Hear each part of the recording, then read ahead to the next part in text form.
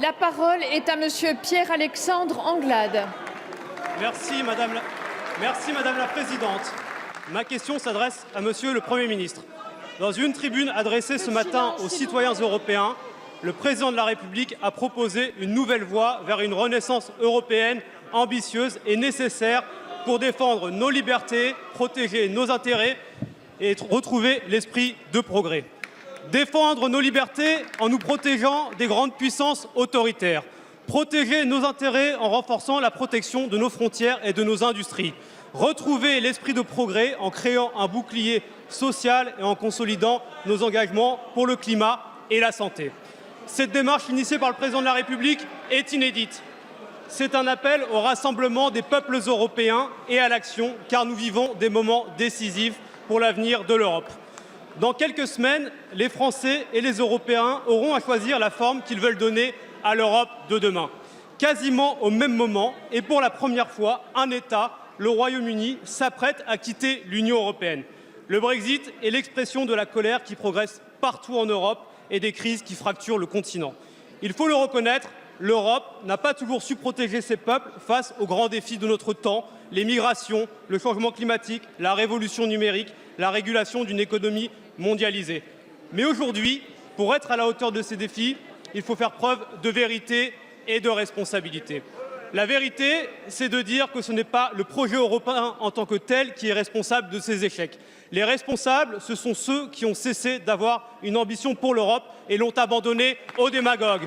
La responsabilité, c'est de dire clairement que le repli nationaliste revient à abandonner nos pays à l'influence des grandes puissances. C'est une voie dangereuse et sans issue pour l'Europe et ses peuples. Dans ce contexte, l'initiative du Président de la République nous rappelle plus que jamais, depuis la Seconde Guerre mondiale, que l'Europe est une nécessité absolue. Monsieur le Premier ministre, pourriez-vous nous présenter cette initiative et ses contours? Je vous remercie.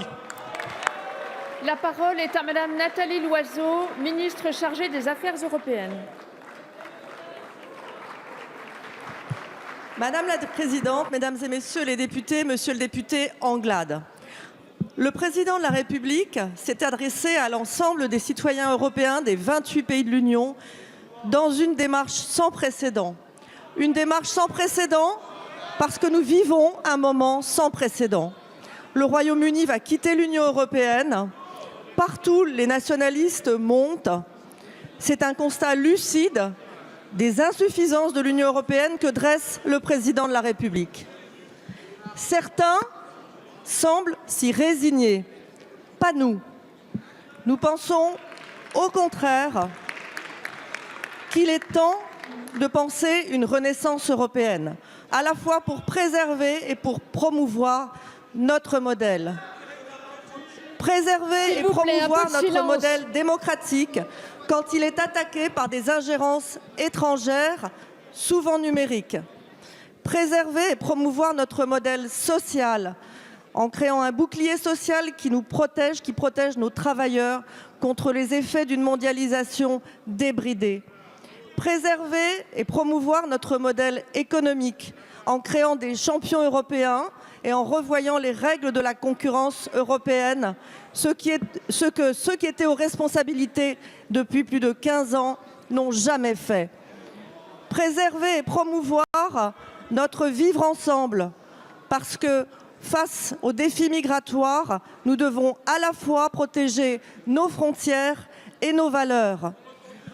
Préserver notre planète avec une ambition climatique renforcée, la neutralité carbone d'ici 2050 et diviser les pesticides par 2 d'ici 2025. Je ne listerai pas toutes les propositions du Président de la République, mais ce que je peux dire, c'est qu'elles sont accueillies chaleureusement partout dans l'Union européenne. La France est de retour en Europe, la France est attendue, elle assume son